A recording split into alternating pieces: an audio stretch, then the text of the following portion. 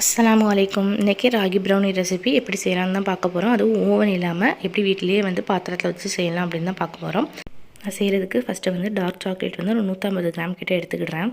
அதாவது எனக்கு 153 கிராம் கிட்டே இருந்துச்சு. 1-2 கிராம் கூட இருந்தால் குறைய இருந்தால் பிரச்சனை இல்லை. அதே மாதிரி பட்டர் 100 கிராம் கிட்டே நான் எடுத்திருக்கேன். நெக்ஸ்ட்டு வெள்ளைச்சீனி 75 கிராம், அப்புறம் நாட்டு சர்க்கரை 75 கிராம், ரெண்டுமே 75 கிராம் எடுத்திருக்கேன். ஃபஸ்ட்டு நம்ம டார்க் சாக்லேட்டையும் வெண்ணெயை டபுள் பாயில் மெத்தட் யூஸ் பண்ணி நம்ம மெல்ட் பண்ணி வச்சிடலாம். நெக்ஸ்ட்டு ராகி மாவு ஒரு 60 கிராம் கிட்ட அளந்து வச்சுருக்கேன். நெக்ஸ்ட்டு கொக்கோ பவுடர் அது ஒரு 20 கிராம் அளவுக்கு நான் போட்டிருக்கேன். இப்போ ரெண்டுத்தையும் நம்ம சளிச்சு எடுத்துடலாம், ராகி மாவையும் கொக்கோ பவுடரையும். நெக்ஸ்ட்டு சளிச்சதை ஒன் டைம் நல்லா மிக்ஸ் பண்ணி விட்டுக்கணும். இப்போ டபுள் பாயில் மெத்தட் பண்ணி நம்மளுக்கு மெல்ட் ஆகிட்டு இது ஒன் டைம் நல்லா கலந்து விட்டுக்கலாம். இந்த மாதிரி நம்மளுக்கு இருக்கணும். நெக்ஸ்ட்டு நம்ம சுகரும் நாட்டு சக்கரை வச்சுருந்த மாதிரி இதை நல்லா பவுடர் பண்ணிவிட்டு வந்துடலாம். இப்போ நம்ம ப்ரௌனி பண்ண ஸ்டார்ட் பண்ணிடலாம். அதுக்கு ஒரு க்ளீன் பவுல் எடுத்துகிட்டு 2 முட்டை எடுத்திருக்கேன். ரூம் டெம்பரேச்சர் உள்ள முட்டை தான் எடுத்திருக்கேன். இதுக்கு வெனிலா எசன்ஸ் ஒரு 1/2 டீஸ்பூன் அளவுக்கு நான் ஆட் பண்ணிவிட்டு நல்லா மிக்ஸ் பண்ணி விட்டுக்கிறேன். நெக்ஸ்ட்டு அதோட பவுடர் பண்ணி வச்சுருக்க சுகரையும் ஆட் பண்ணிவிட்டு 1 பிஞ்ச் அளவுக்கு நான் சால்ட்டும் ஆட் பண்ணிவிட்டு எல்லாம் மிக்ஸ் பண்ணி விட்டுக்கிறேன். நல்லா நம்ம கலந்து விட்டதுக்கப்புறமா நம்ம சுகர்லாம் நல்லா கரைஞ்சிருக்கா அப்படின்னு ஒன் டைம் செக் பண்ணிக்கணும்.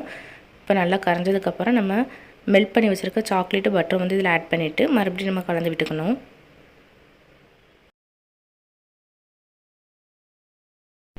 இப்போ இதோட நம்ம சளிச்சு வச்சுருக்க ராகி மாவும் கொக்கோ பவுடரும் இதில் ஃபுல்லத்தையுமே ஆட் பண்ணிக்கிடுறேன். ஆட் பண்ணிவிட்டு நம்ம பொறுமையாக நல்லா கலந்து விட்டுக்கணும். உங்களுக்கு வீடியோவில் ஸ்பீடாக காட்டியிருக்கேன், ஆனால் பொறுமையாக தான் நான் மிக்ஸ் பண்ணிகிட்ருக்கேன்.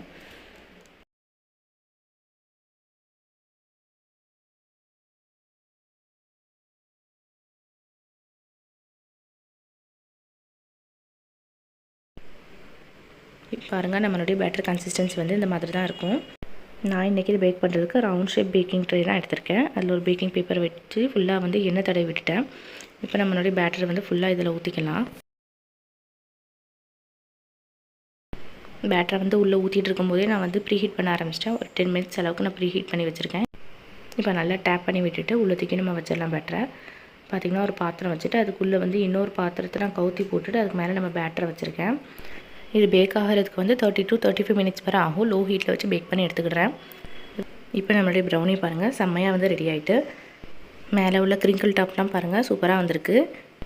ராகியில் செஞ்சனால வேறு டிஃப்ரென்ஸ் எதுவும் இருக்குமான்னு கேட்டிங்கன்னா எதுவுமே இருக்காது. டேஸ்ட் ரொம்ப நல்லாயிருக்கும். கண்டிப்பாக நீங்கள் ட்ரை பண்ணி பாருங்கள். ராகியில் செஞ்சது நம்மளாம் சொன்னால் தான் தெரியும். பாருங்கள் இவ்வளோ சூப்பராக வந்திருக்குன்னு. மேலே நல்லா கிரிங்கிள் டாப் உள்ளே நல்லா ஃபஜ்ஜியாக இருந்தது. டேஸ்ட்டுமே செம்மையாக இருந்தது. கண்டிப்பாக நீங்களும் ட்ரை பண்ணி பாருங்கள்.